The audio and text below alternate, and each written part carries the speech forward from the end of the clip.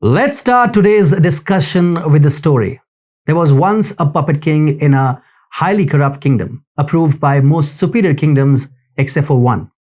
The king of this one kingdom got upset as he realized the puppet king was placed there by rival kingdoms to weaken his rule. A war ensued and the puppet king used all his powers to defeat the other king, but he failed miserably. The superior kings, who had established him before for their personal gains, then started a search for his replacement and found that in the army general. However, the puppet king, consumed by power and fear of a coup, began to persecute and attack his general. Interesting, right? Well, a similar episode is taking place in Ukraine today, where modern-day Hitler Zelensky is after his own men.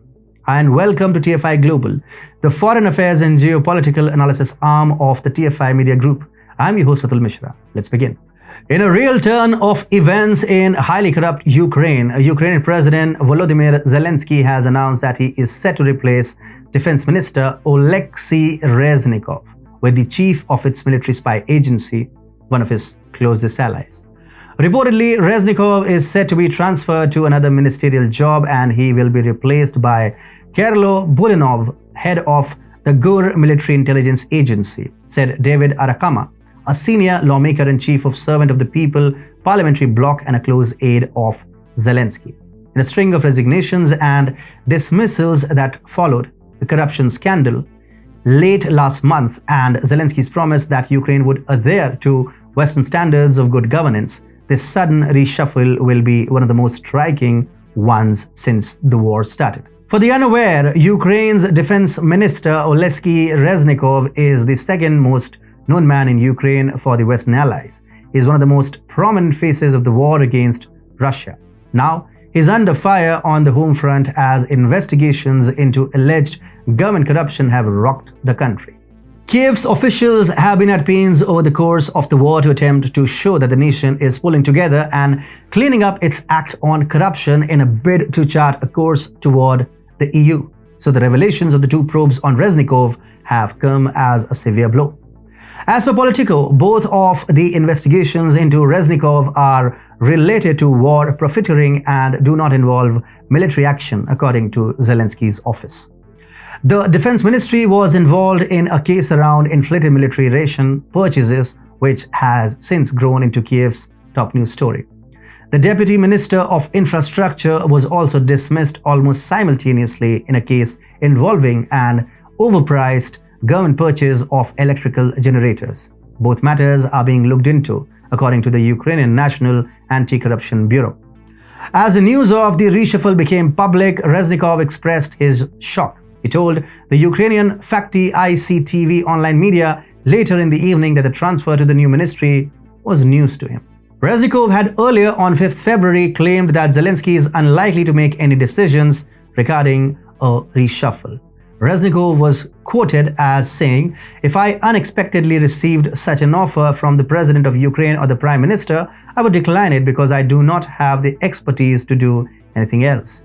Well, fighting corruption is indeed welcoming and definitely actions must be taken against those who have filled their own pockets in the name of war. But Ukraine's case is really different. If someone is getting ousted in the midst of a war, then he definitely has done something against Zelensky's interest. Here, let's talk a little about Ukraine and its growing corruption first. Corruption has indeed been a thorny issue for Ukraine for a long haul. Corruption is ingrained in Ukrainian society. The top echelons of Ukraine's government are infested by corruption and crookery, while the common public is forced to engage in such practices to benefit from the country's flourishing shadow economy. If the statistics are to be believed, according to Transparency International's Corruption Perceptions Index, Ukraine ranked 130th out of 180 countries in 2020 with a score of 27 out of 100, where 100 is a score for a country with very low corruption. The World Bank's Enterprise Survey also reported that 29.4% of Ukrainian firms indicated that they had to pay bribes to get things done in 2019. These statistics suggest that corruption remains a significant problem in Ukraine. Leave all this. Our own modern-day tyrant Zelensky is mired in controversies of corruption. several Pandora Papers revealed that Zelensky and his close circle were the beneficiaries of a network of offshore companies, including some that owned expensive London properties. The comedian Volodymyr Zelensky was elected president of Ukraine in 2019 on the back of a wave of public resentment towards the nation's political elite, including former leaders who used covert businesses to hide their wealth abroad. Later, he was discovered carrying out the same deeds. What caused him to suddenly realize that corruption was on the rise and that it needed to be fixed. A king, despite how powerful he may be, always fears losing his throne, and Zelensky is one such king. Reznikov is just the tip of the iceberg. There are several reports that Zelensky is running after every minister and government official who has acceptance in the West and has been at odds with Zelensky. As per Ukraine media, Zelensky's office has also ordered security forces to conduct search operations in Kiev's Mayor Vitaly Klitschko's office and his entourages. Vitaly Klitschko, with his international connections with the EU and the US as well as influence in Kiev, annoys the office of the president. Klitschko is the same guy who slammed Volodymyr Zelensky for his actions in Ukraine. Zelensky had attempted to pass the buck on Klitschko for the Ukraine grid attack. Zelensky implied that Klitschko, the capital's mayor, had not put enough effort into helping Kiev residents to cope with the consequences of the Kremlin's severe attacks on Ukraine's power grid. Klitschko gave a really resounding answer. He hit back, ridiculing Zelensky's absurd remarks as meaningless in the context of the Russian invasion. The mayor lambasted, "I don't want to engage in political battles, especially in the current situation. It's pointless. I have other work to do. But I note that there is no need to manipulate. It looks, to put it mildly, ugly, both for Ukrainians and our foreign partners." He posted this reply on his Telegram channel. Almost every close guy of Volodymyr Zelensky is getting fired or replaced by some new guys. Zelensky has become paranoid. He is going after all his former supporters, and this is all taking place at a time when reports are circulating that Russia plans a new counter-offensive on the eve of 24th February. As per sources, Zelensky is upset with Reznikov and Klitschko connections and popularity in regard to the US and the EU. The king fears that he may be replaced real soon, and his popularity among the Western nations is dwindling at a lightning fast speed.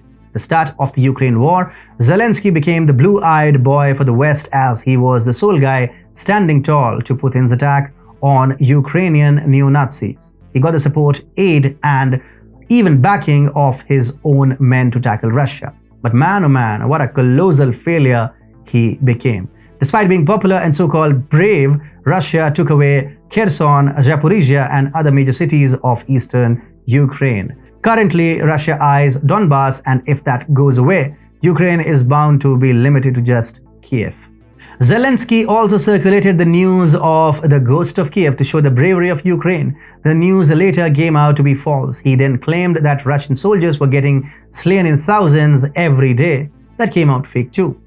Zelensky was tasked by the West with confronting Russia in a completely deadlocked Ukraine. Zelensky, however, never shied away from returning the huge favors of the West. Zelensky fired a missile at Poland, creating a mirage that Russia is behind the attack. This was done in order to invoke Article 5 of NATO. He also stopped the flow of gas and oil to Europe through Ukrainian pipelines. You see his persuasive techniques. Because of this, the West has lost faith in and hope for Volodymyr Zelensky. Biden, Zelensky's American father, vehemently started denying giving Ukraine Abrams tanks for these reasons. Amidst all this, Reznikov and Klitschko became too popular in the West. And so Zelensky's fear, psychosis that soon a coup could take place has got activated. Additionally, Ukrainian elections are scheduled for 2024. Well, whether or not polls would be taken remains in doubt. It is crystal clear that Zelensky now faces numerous opponents. Leaders like Klitschko and Reznikov, with backing of West, are now among top candidates to challenge Zelensky. Given his failures and Russia's escalating aggression, Zelensky is aware that his time is running out. Either he may get ousted by internal rifts or lose the next election. He has thus begun to clean up the jumble he has made. But eventually he will depart, and definitely not in a good way. Maybe he will lose in the Hitler style.